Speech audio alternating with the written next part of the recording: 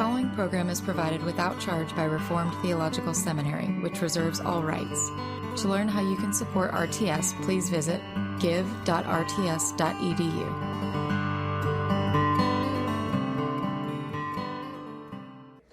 So what I want to talk about now is whether a presuppositionalist has only one argument, the transcendental argument. Some presuppositionalists have suggested that if you are a presuppositionalist, you've just got to use this transcendental argument and not any other kind of argument, no traditional theistic arguments, and certainly no evidential arguments, historic, scientific.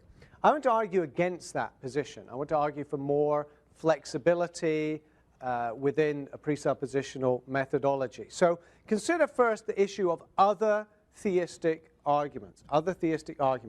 I want to suggest that presuppositionalism does not preclude the use of traditional theistic arguments such as the cosmological argument or the design argument or the ontological argument, as long as certain things are, certain conditions are met, as long as it's done in a certain way. Van Til and Greg Bahnsen as well maintain that presuppositional apologetics does rule out these other arguments, that they're off limits for an apologist. And here are some of the objections that have been leveled by some presuppositionalists against traditional theistic arguments. That's what TTA is in your outline, traditional theistic arguments. Here are 4 objections. First, these traditional arguments presuppose neutrality and human autonomy. They supposedly imply that their premises make sense apart from God. The premises of the arguments are intelligible apart from God, and that's a big no-no. Second, it's sometimes objected that these arguments assume that unbelievers can interpret natural revelation rightly, but they can't. Doctrine of total depravity. Third, traditional theistic arguments are unsound. That is, they're just bad logical arguments. They're either not valid, the conclusion doesn't follow from the premises, or they have false premises. That's another criticism. And fourthly, it's sometimes suggested that these traditional arguments prove less than the God of the Bible. They just prove a first cause or an intelligent designer. They don't prove something as specific and detailed as the God of the Bible. These are the main criticisms. Here briefly are my responses to each of these 4 points. Do these arguments presuppose neutrality and human autonomy? Not necessarily. It depends on how they are presented. I do think it is possible to use these arguments without any pretense of neutrality or autonomy. We don't have to, the arguments in themselves don't imply one way or the other whether the premises are intelligible apart from God, and we can be quite upfront and say, I'm accepting this argument ultimately presupposes a Christian worldview, but I want you to try and understand the logic of it anyway, because you may find these premises, you may already believe these premises anyway. My response to the second criticism, that unbelievers cannot interpret natural revelation rightly, the problem with this objection is it plays down the significance of common grace. Yes, there is total depravity, but there is also common grace, so that unbelievers don't completely reject and misinterpret natural revelation. If they did, they wouldn't be able to function at all. And the fact is that the transcendental argument also depends on natural revelation and common grace, because the transcendental argument uses principles of logic and other observations about the human mind that come from natural revelation. And so if unbelievers completely reject natural revelation, then the transcendental argument isn't going to work either. It proves too much, this objection. What about the objection that traditional theistic arguments are unsound? My response is simply that some of these traditional theistic arguments appear to be sound. They do appear to be logically valid with true premises. I'll give you 2 examples. I think William Lane Craig's Kalam cosmological argument is a good argument. I put it on the board yesterday. I think the premises are true. I think the conclusion follows from the premises. There's nothing wrong with the argument per se. Now, the unbeliever may reject the premises of the argument. That's often what happens. A really persistent unbeliever will reject the premise of any argument if they don't like the conclusion of it, but then that's true even for a transcendental argument. Another case, I think Alvin Plantinga has a sound version of the ontological argument. It's very sophisticated, it's well argued. I don't think it's particularly persuasive in an apologetics context, but the argument itself, there's nothing logically suspect about it, I think. And then, what about the claim that these traditional arguments don't prove or prove less than the God of the Bible? My response is, it's unreasonable to expect any single argument to prove everything the Bible says about God. And I think not even Van Til's transcendental argument accomplishes that. For example, I don't think any presuppositionalist has shown that God has to be three persons in one God. Now, that's an essential Christian belief, but it's very difficult. I've never seen anyone accomplish proving that with a transcendental argument. Maybe it's possible, but I haven't seen it. There's really only a problem if the conclusion of the argument contradicts what the Bible teaches. An argument doesn't have to prove everything that the Bible teaches, I think, but it mustn't contradict anything the Bible teaches. And that's, for example, why I wouldn't accept the argument that R.C. Sproul and his co-authors use, Jonathan Edwards' ontological argument, because it seems to end up in pantheism, which is in conflict with the biblical doctrine of God. Let us also remember that apologetics isn't just for unbelievers. A lot of these objections are assuming that these arguments are being used with unbelievers.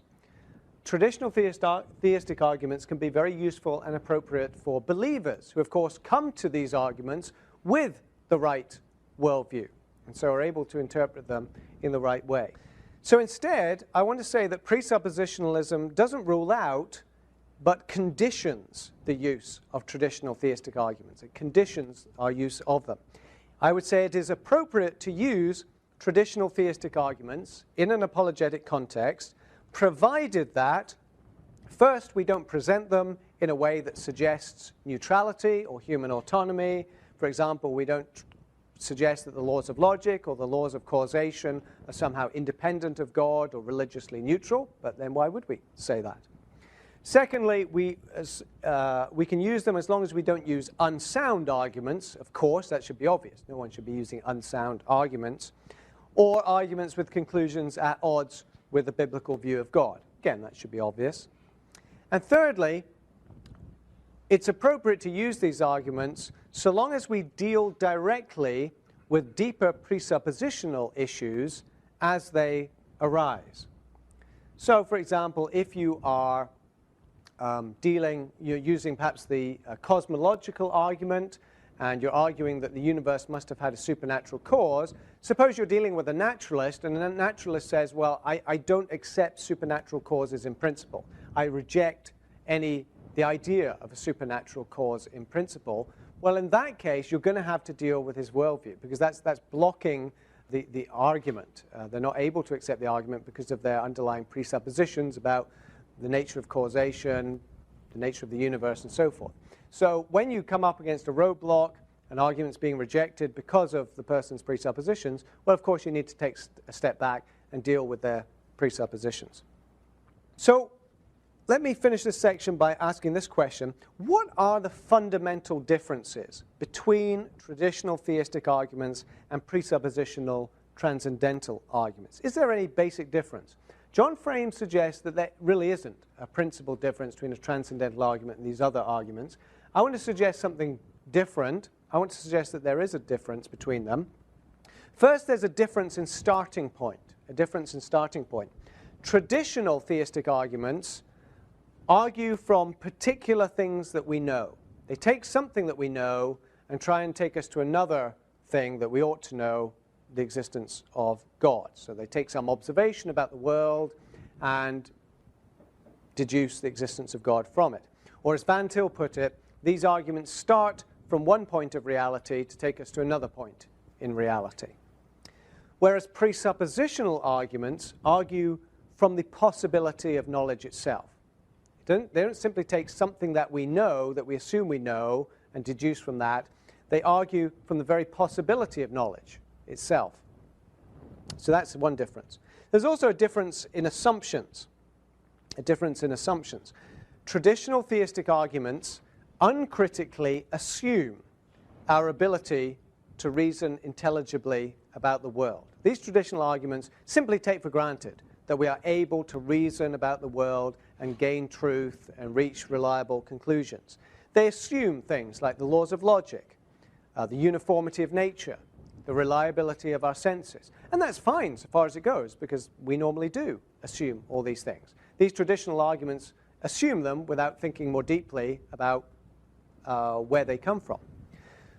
Presuppositional arguments, however, critically analyze our ability to reason intelligibly about the world. They actually take these abilities that we have and ask what must be the case for us to have these reasoning abilities in the first place, for there to be laws of logic, for us to know that nature really is an orderly, uniform thing, that our senses give us a reliable picture of the world, and so forth. Let me illustrate this point with an analogy. I think this works. We'll see how we go. Imagine that you are involved in a situation where your plane crashes and you end up on an island, a mysterious island. How many of you have seen Lost, the TV series Lost? You can admit to it. It's okay in this class. Yeah, okay, one person, two people. Well, imagine a sort of Lost-like scenario, except that you are on your own in this case. You appear on this island, and you don't know much about it, and you're wondering where it is, what kind of island it is. And one of the things you're wondering is whether the island itself is inhabited or not, whether there's any civilization on this island. And you are on a beach on the low ground, and as you look up into the mountains, you see movement, you see figures in the distance. And you're not quite sure, but you think that could be people walking around up there in the distance. But you just can't really make it out. Well, as luck would have it, one day you are walking along the coast and you discover a pair of binoculars. You think that's great. Now I can find out whether anyone has been on this island, whether there's civilization on this island, and you take the binoculars and you look up and you see, and you can see that there are people, there really are people, other people on the island. Now my question is, did you have to look through the binoculars? No. The fact that the binoculars were there shows you that there was civilization. There is civilization on that island, because how else could those binoculars have got there? You could use the binoculars, you could look through them to actually see the people, but you can also infer from the fact that you have the binoculars that there have been people on this island. Now, when I've used this before, I've always had someone say, oh, maybe they washed up on the shore from another place. Well, okay, no analogy is perfect. But you can see the difference. A traditional theistic argument is like looking through the binoculars without asking how they could have been there in the first place, whereas a presuppositionalist is more like saying, how do we get these binoculars in the first place? The binoculars, of course, stand for our ability to reason, our intellect, our ability to know truth. You can either use your intellect without thinking critically about it to reach certain conclusions, or you can ask the deeper question, how do I have these reasoning faculties in the first place? That's what the presuppositionalist really wants to do. Okay, well, what about evidential arguments? Some presuppositionalists have suggested that you shouldn't use historic or scientific evidences. Gordon Clark rejected sense experience altogether, said you can't know anything through your senses anyway, so evidential historical arguments don't give you knowledge. That's very radical. Van Til and Bahnsen were a bit more sophisticated, basically argued that all evidences have to be interpreted, so you have to establish the right framework of interpretation for an evidence before you use it, and so you have to use a presuppositional argument to defend the right framework, to defend a Christian worldview. But once you've got to a Christian worldview, you don't need the evidences anymore. You've already got there by a presuppositional argument. You don't need the evidences in the end. I don't buy that line of reasoning. Just because evidences are conditioned by presuppositions doesn't mean that evidences don't have any value, that they don't have any rational force. All it means is that you cannot make good use of evidences without considering your presuppositions as well. Your presuppositions as a Christian and the presuppositions of the non-Christian. And the fact is that the Bible, as we've seen, does suggest that empirical evidence has some value. John talks about the miracles that Jesus performed and how they testify to the claims that he made. So the issue is not that evidence doesn't have any value or that appealing to evidence is inappropriate somehow. The issue is that evidence is misinterpreted. Evidence is misinterpreted by unbelievers. And the fact is that there is good evidence for the Christian faith. In fact, more than that, there's nothing but good evidence for the Christian faith. I would suggest that every aspect of this universe, properly interpreted, is evidence for the Christian faith, if it is really God's universe. And it would be very short-sighted for us to not take advantage of that fact and make appropriate use of this evidence. So instead of rejecting evidential arguments, I think we need to be more open to them. What I would say is that presuppositionalism conditions the use of historic or scientific arguments, conditions the use of evidence. I would say it is appropriate to appeal to evidences in an apologetic context, provided that, 2 points here, first, we're aware of the non-Christian's presuppositions and the effect that they could have on his interpretation of any evidential arguments presented to him. So we need to be aware of the non-Christian's presuppositions and how that would affect the interpretation. And secondly, we need to deal with misinterpreted evidences, that is, evidences that have been interpreted improperly due to anti-Christian presuppositions. We need to deal with misinterpreted evidences by taking a step back and addressing the issue of faulty presuppositions rather than just persisting with the same evidences in the face of a hostile and self-defeating presuppositional framework. To give you an illustration, suppose you are offering historical evidences for the resurrection. Well, there's the empty tomb, there's the eyewitness testimony of the disciples, there's the birth of the church, and so on you go.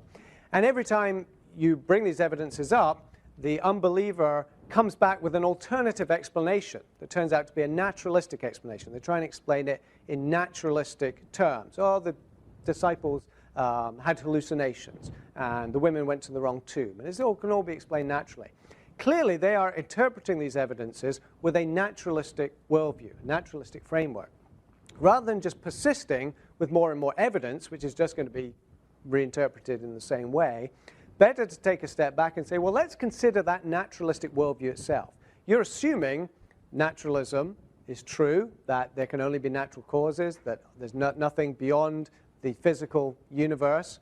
Well, let's see where that worldview actually takes you. We can argue that that undermines what we believe about reason, about morality, about scientific investigation, and so on. There are other illustrations I could give, but I'm sure you get the point. In practice, when the underlying presuppositional issues are exposed and addressed, and when Christian presuppositions are defined and defended, that's when appeals to evidence become really effective. And you can invite the non-Christian to stand in your shoes, so to speak, and consider the evidence for the resurrection or the evidence for design in the universe or whatever it may be, to consider it from your presuppositional perspective and see how persuasive this evidence really is. So the upshot is we should reject a naive evidentialism that just relies simply on appeals to evidence and facts and so forth, but we can still adopt a presuppositional evidentialism, or better still, to put things around the right way, an evidential presuppositionalism. That is a presuppositionalism that is open and enthusiastic even about the use of the pervasive evidence that we have for the Christian worldview. So we can adopt a presuppositional approach that allows for the use of evidences qualified by a proper recognition of the significance of presuppositions. And I think even Van Til, despite some of the things he said or seemed to imply at other points, was himself open to the use of historical evidential arguments. This is what he says in one of his works. I'll put this quotation in your outline. Quote, this is where he's asked, do you allow for evidences? Do you care about historical arguments and so forth? He says this, I see induction and analytical reasoning as part of one process of interpretation, I would therefore engage in historical apologetics. Every bit of historical investigation, whether it be in the directly biblical field, archaeology, or in general history, is bound to confirm the truth of the claims of the Christian position. But I would not talk endlessly about facts and more facts without challenging the unbeliever's philosophy of fact.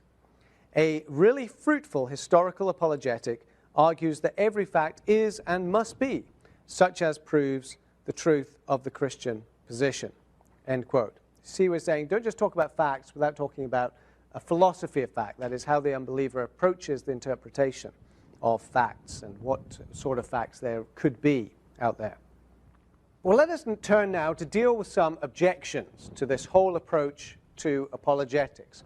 Now that we have a good idea, I hope, of what presuppositionalism involves, what principles lie behind it, we're in a good position, I hope, to address some of the objections that are raised against it. And there are a number. Some of them are serious, some I think are rather less serious, but I'm going to consider 5 in particular and briefly give my response to them, and hopefully you'll be able to understand these responses given what we've said already. Here's objection number 1. Presuppositionalism involves circular reasoning. Presuppositionalism involves circular reasoning. The objection here is that presuppositionalism advocates reasoning in a circle, because you start by presupposing the Christian worldview, and then you argue for a Christian worldview. And that's circular. You can't start with the Christian worldview and then use that to argue for a Christian worldview. I think this is a misunderstanding of what it means to presuppose a Christian worldview. And there are 2 ways we can approach this objection. First, we can point out that Christianity is true doesn't function as a premise of the argument, but rather as a presupposition of the argument, and that is unavoidable if a Christian worldview is a precondition of all rational argumentation. In other words, a presuppositionalist doesn't argue like this. Premise 1, God exists. Some other premises that are really irrelevant. Conclusion, God exists. Now that would be absurd. You can't just start with your conclusion as a premise and deduce it from that. Or we don't argue that Christianity is true, conclusion, lo and behold, Christianity is true. And that would be a viciously circular argument. Rather, what the presuppositionalist is saying is something far more subtle, that any rational argumentation at all presupposes the Christian worldview, whether you are a Christian or not. We're claiming that rational thought only makes sense within a certain presuppositional framework, and that framework is the Christian worldview. And it's that sense that all arguments, including the presuppositional argument, presupposes a Christian worldview. Because if the Christian worldview were false, we couldn't make any arguments at all. Now, this is a subtle point, I admit. Let me try and illustrate it with an analogy from a famous philosophical argument made by René Descartes, the French rationalist philosopher. Descartes, does anyone know what Descartes' most famous statement was that's most often quoted? It's Latin. Anyone know it? Good. Cogito ergo sum. Literally, I think, therefore I am. I think, therefore I am. And the idea was that Descartes was trying to see what he could prove with absolute certainty, and he said, you can know that you exist with absolute certainty, and you can prove it because if you doubt your own existence, then you can only doubt your own existence if you exist. You can't consistently doubt your own existence because you're very active doubting. Well, who's doing the doubting? You are. So perhaps a better way to put the argument would be, I doubt, therefore I am. In order to doubt anything at all, you have to exist. But it's usually stated, I think, therefore I am. Now, some people have criticized Descartes' argument and said, well, that's circular. I think, therefore I am, but I think, well, you're assuming the I right in the beginning there. But that's missing the subtlety of Descartes' argument. What he's saying is that you have to presuppose your own existence in order to think at all. Otherwise, who would be doing the thinking? So, I think, therefore I am is basically saying your own existence is a presupposition of your thinking. If you think, then you must exist. And Van Til, in his argument, in the presuppositional argument, is saying something similar but far more significant. He's saying not merely that your existence is a presupposition of your thinking, but that God's existence is a presupposition of your thinking. In order for you to think, not only must you exist, but God must exist. And someone put this quite wittily. I don't know the source of this, but it makes the point quite well. Descartes says, I think, therefore I am, whereas Van Til is saying, I think, therefore I am. That is, the great I am, Yahweh. Not merely your existence, that is presupposition or precondition of your thinking, but God's existence. If I think, therefore God exists. And it's that sense that the presuppositionalist is arguing that all thought, all argumentation presupposes a particular worldview. So if Descartes' argument is a good argument, then one ought to think that Van Til's isn't viciously circular in that way. And the second thing we can point out here is that everyone has to reason in a circle when it comes to ultimate presuppositions. Yes, the Christian has to reason in a circle when it comes to ultimate presuppositions, but so does everyone else. The reason for this is that a worldview can only be consistently justified on its own terms. You can't justify one worldview in terms of some other worldview, because then that first worldview wouldn't really be your worldview. The second worldview would be, because that's where you're getting your standards, your justification from. Any worldview that has to justify itself, has to try and defend itself, has to assume that worldview, take that worldview for granted. Another way to see the point is to recognize that everyone has an ultimate epistemic authority, an ultimate epistemic authority. That is an ultimate standard of truth and rationality. And that authority can only be justified on its own authority. Because if you appeal to a higher authority to justify your ultimate authority, then it wouldn't be your ultimate authority after all. You would actually end up refuting it. You have to be circular if you're going to be consistent. Kind of like if you're a parent and your child asks you a question, you give an answer, and they say, why? So you give another answer, and they say, why? And they keep asking the why question over and over. Eventually it gets to the point where you say, because Daddy says so. You know, there has to be a stopping point, a final authority, that you just have to accept this on the basis of this authority. Everyone has that kind of final authority that just says so, that that authority defines itself and authorizes itself. There's no higher authority or higher explanation that you can appeal to. And so if circularity is unavoidable, then you can't criticize a presuppositionalist for being circular in that very broad, ultimate sense. So that's the number one objection, and I think it can be dealt with quite adequately.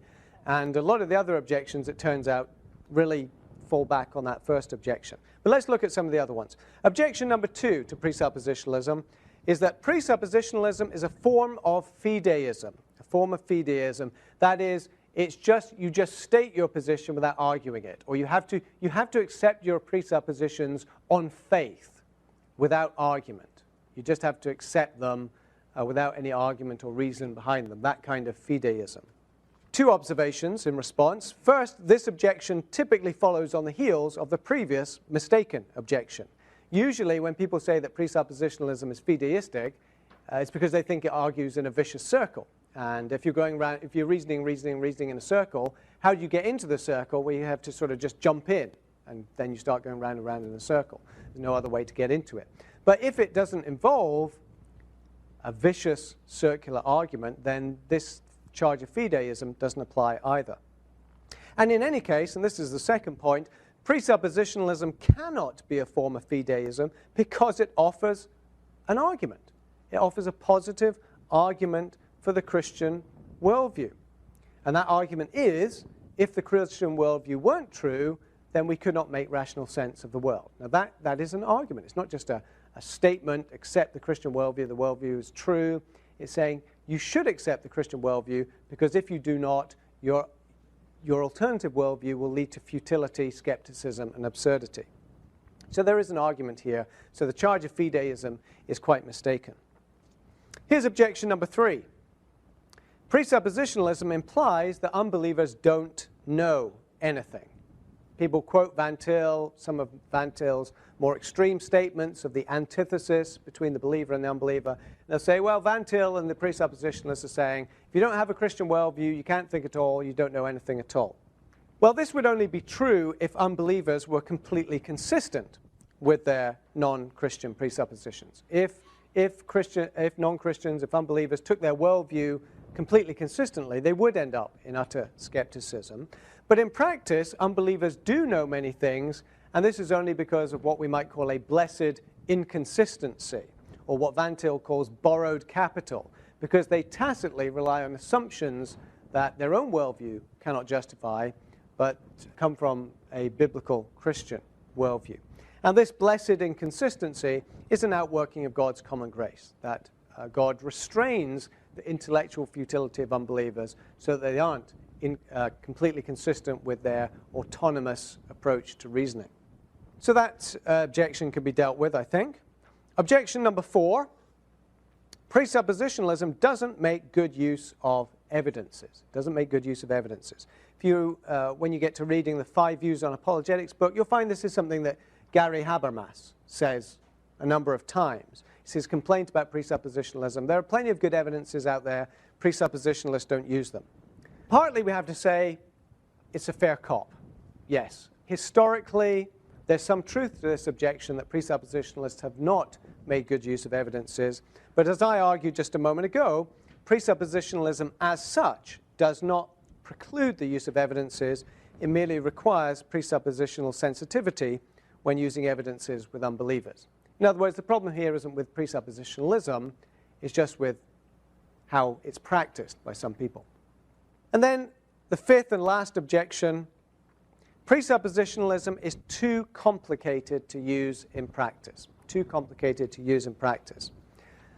Again, I think there's some truth to this in that when you look at the theory behind it and some of the more sophisticated forms, it can seem rather daunting. But I think the basic argument can be summarized as easily as any traditional theistic argument. For example, the argument from morality, that if there are moral laws, then there must be a lawgiver. Well, the presuppositionalist is arguing if there are rational laws, if there are intellectual laws, then there must be a lawgiver as well. Same sort of structure to the argument. One, I think, is no less understandable than the other. And it can take some work to defend the argument, but really the same is true of any traditional theistic argument or historical evidential argument. If you're dealing with an unsophisticated unbeliever, you may not have any problem. But if you're dealing with a sophisticated believer, even if you're using a traditional theistic argument, there are going to be objections, you're going to have to defend your premises, you're going to have to get more sophisticated. So, you know, it swings and roundabouts whether you're a presuppositionalist or not. Sometimes just things do get complicated and you do have to get into details. And the third point of response to this objection, I would say, is that the best way to understand presuppositionalism is to see it applied in practice and to practice it ourselves. You can study the theory till you're blue in the face, but there's no substitute for seeing it applied and trying to put it into practice yourself. Kind of like learning to preach. Those of you who have taken the preaching classes here, you've read your books on preaching. You've read your Brian Chappell book and whatever else is prescribed by my colleagues here. You've read on the theory of preaching and homiletics. And then the first time you went up into a pulpit, you preached a fantastic sermon, didn't you? Because you knew all the theory. Well, if your experience is anything like mine, that wasn't the case.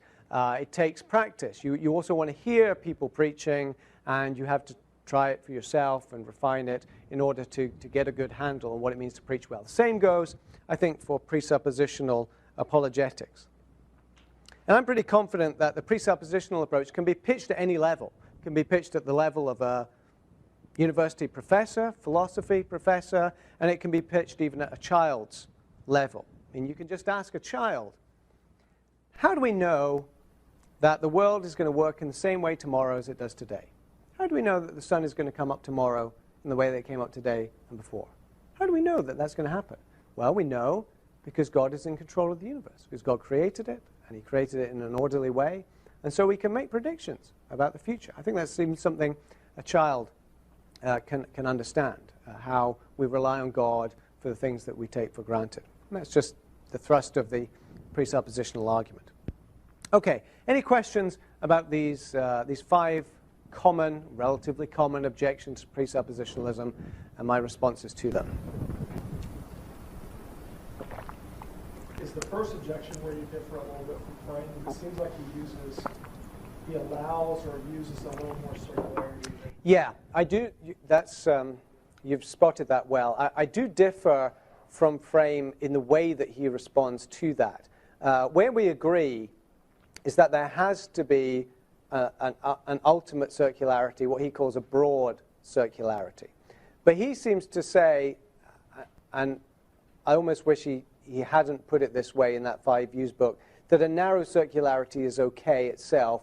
So the argument that the Bible is the Word of God because it says it is the Word of God, well, that's a sound argument, but it's worthless in apologetics. I mean, he recognizes that, of course, but I want to make more of a distinction between the broader circularity and the narrow, what I've called a vicious circularity, where no one would accept the argument because obviously the conclusion is built into the premises of it.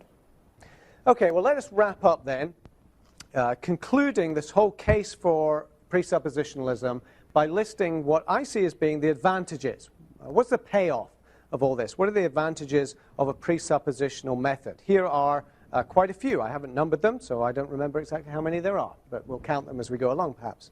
First, it closely connects our apologetics with our theology. It closely connects our apologetics with our theology, like this diagram I put here. The theology leads to the epistemology, leads to the apologetics.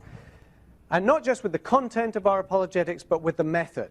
In other words, it's a method in apologetics that aims to honor the lordship of Christ in every area and to honor the self-attesting nature of the Bible, to treat special revelation with all the authority that it has.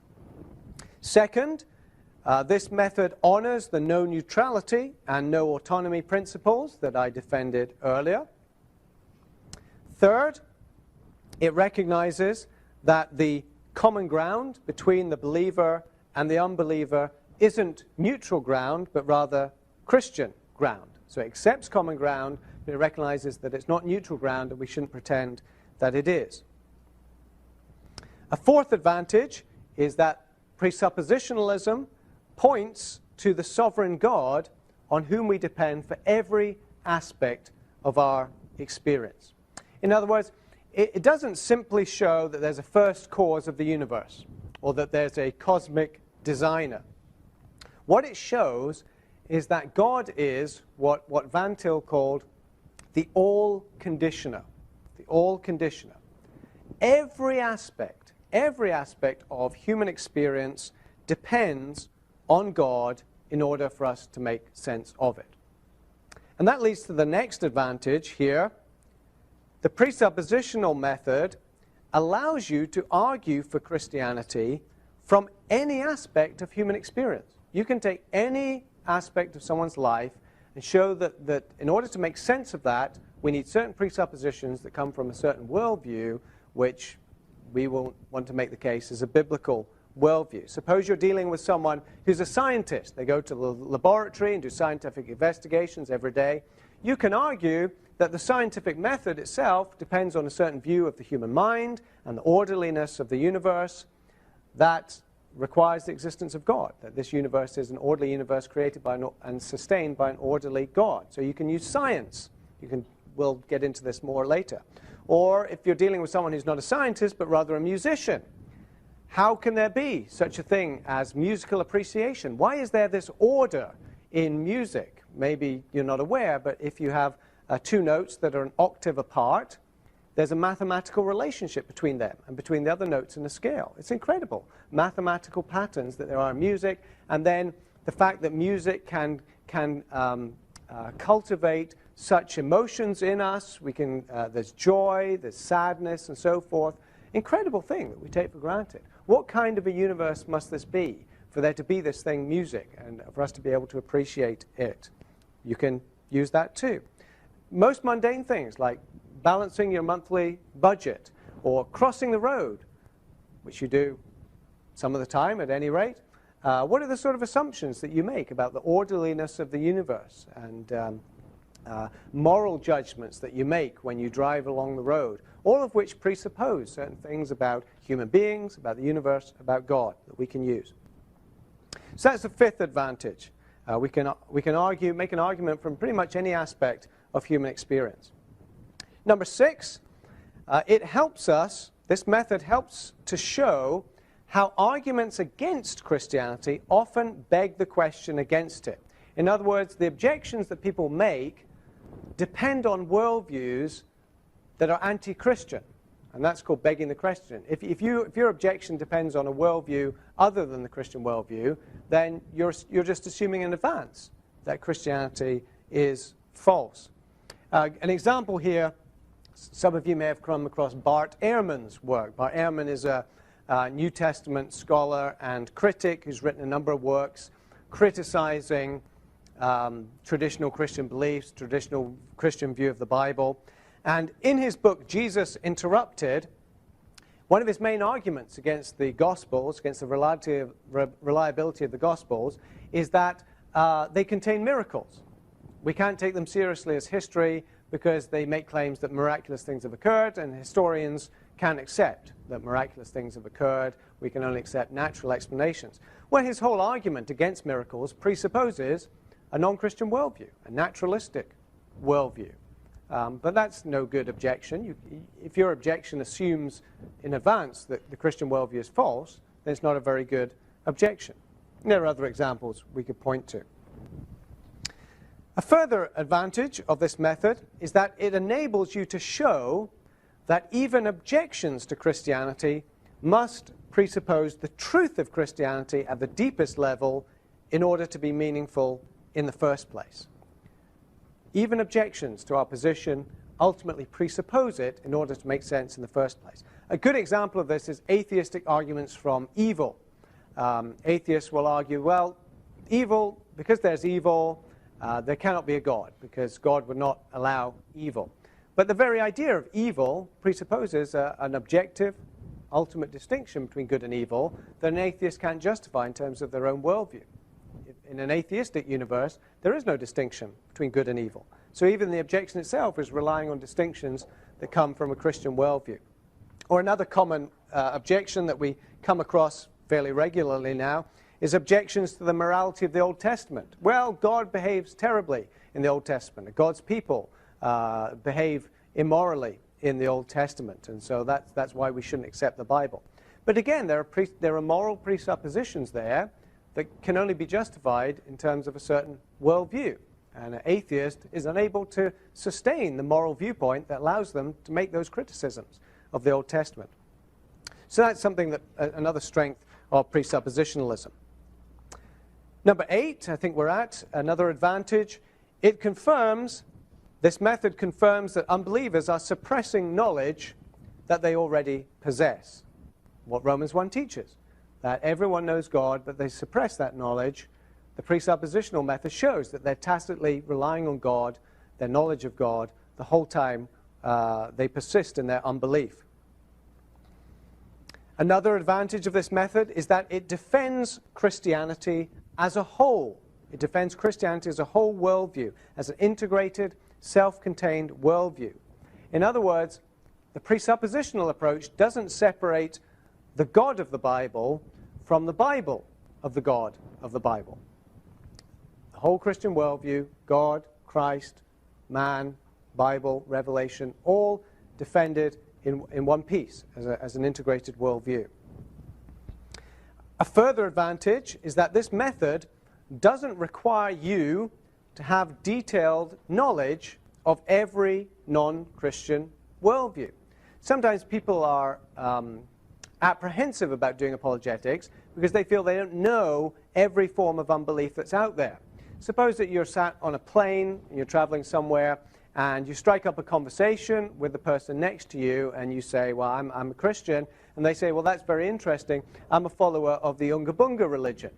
And you think, oh, man, why did it have to be the Unga Bunga religion? I've never even heard of it. Never mind what it's, what people believe or do is this. Why couldn't it have been a Muslim or something that I've heard of before?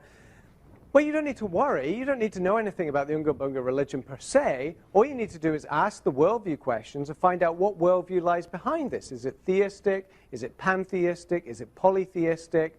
And once you identify the worldview, then you will have the tools to be able to critique that worldview regardless of the surface manifestation of it. The important thing is to identify the worldview and to deal with that. The next advantage I have here, the presuppositional method can deal with postmodernist worldviews as well as modernist worldviews. One weakness we saw of classical apologetics and evidentialist apologetics is they work very well with people who have a modernist mindset, but they take for granted many things that are denied by postmodernist worldviews, universal standards of reason and the scientific method and so forth.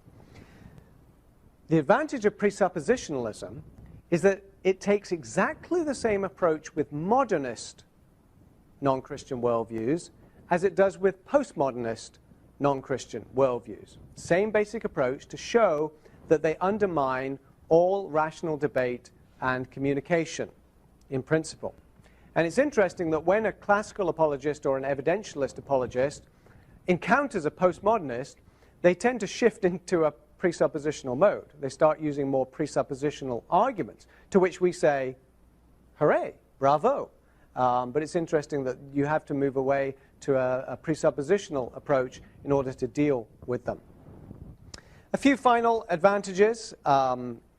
Presuppositionalism avoids the pitfalls of naive evidential argumentation. I think we've seen that already. But it does allow the use of presuppositionally sensitive evidential argumentation. So it avoids a naive evidentialism, but it can still make good, effective use of evidences provided they're dealt with presuppositional sensitivity. And then lastly, last advantage I have here, presuppositional apologetics underscores that for an unbeliever to recognize the truth and rationality of Christianity requires nothing less than conversion. And that includes a wholesale change of worldview. To recognize the truth and rationality of Christianity does not, an unbeliever isn't just going to change some of their factual knowledge. They're not going to change some of the details of their belief system, I'm going to add some historical facts to my stock of historical facts. I'm going to add some information about God to my existing belief system. No, it's going to require a wholesale transfer or swapping out of one worldview and replacing it with another one, the one that's centered on God and His revelation in Scripture. That's what's at stake, the clash of worldviews. Okay, well, I went through that relatively quickly, but I hope you can see, even if you don't accept all of the points there, maybe some of them are good enough to persuade you. The preceding program has been brought to you by Reformed Theological Seminary and may not be reproduced or disseminated in part or in whole for sale or for profit without express written consent. For more information on RTS degrees and programs, please visit us at www.rts.edu or call 1-855-854-6920.